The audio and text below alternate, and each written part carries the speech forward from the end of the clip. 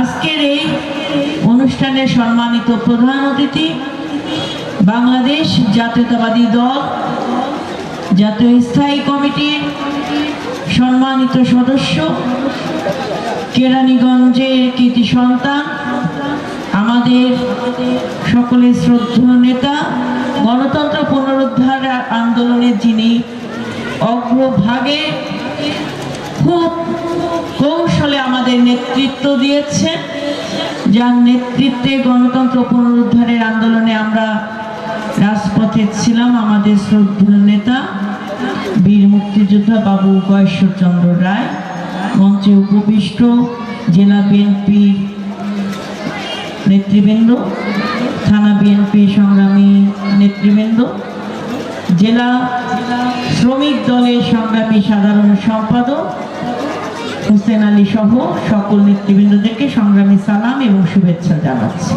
সেই সাথে সাংবাদিক ভাইদেরকে শুভেচ্ছা জানাচ্ছি।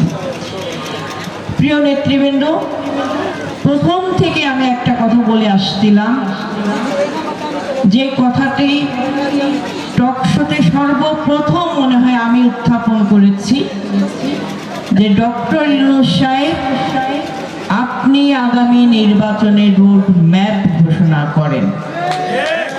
আগামী জাতীয় নির্বাচনে জনগণ তার মালিকানা যেন ফিরে পায়, সেই ডেটটা আপনি ডিক্লেয়ার করেন।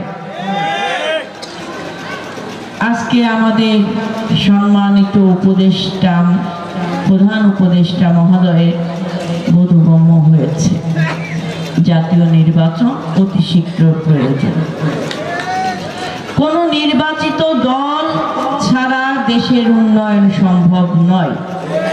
কোন নির্বাচিত জনগণের প্রতিনিধিত্ব সরকার ছাড়া কোনো সংস্কার সম্ভব নয়।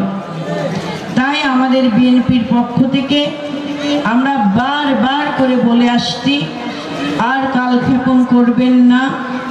সময়ের কাজ যদি সময়ে না করতে পারে তাহলে কেমন পরিণতি হয় সেটা শেখ হাসিনা থেকে ভালো আর কেউ বলতে পারবেন না।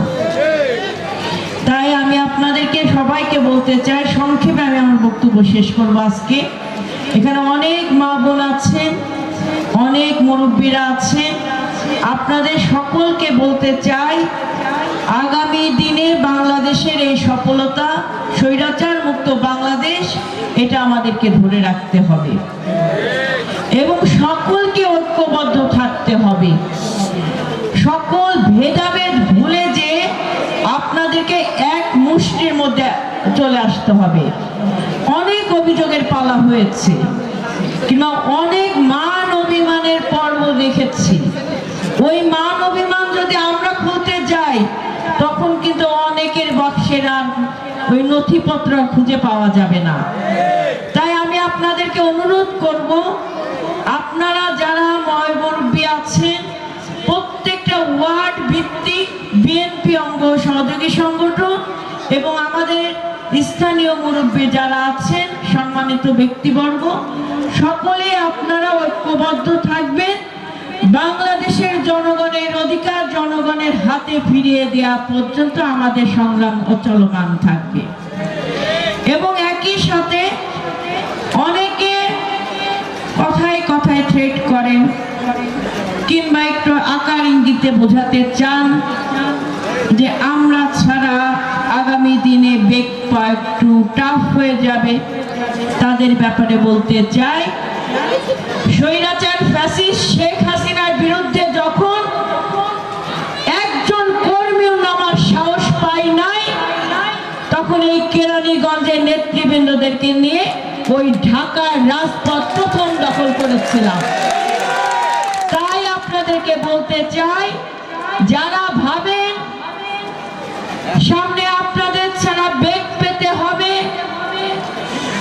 আমি বলতে চাই, আমি আওয়ামী লীগের সাথে মোকাবেলা করার আগে ঘরের শত্রু দমন করার জন্য প্রস্তুত আছি।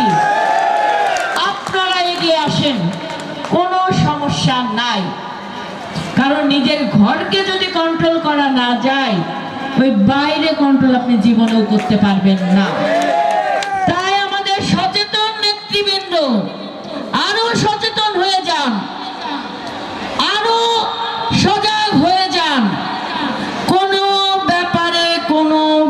মাঠে কোনো কথা বলে লাভ নাই।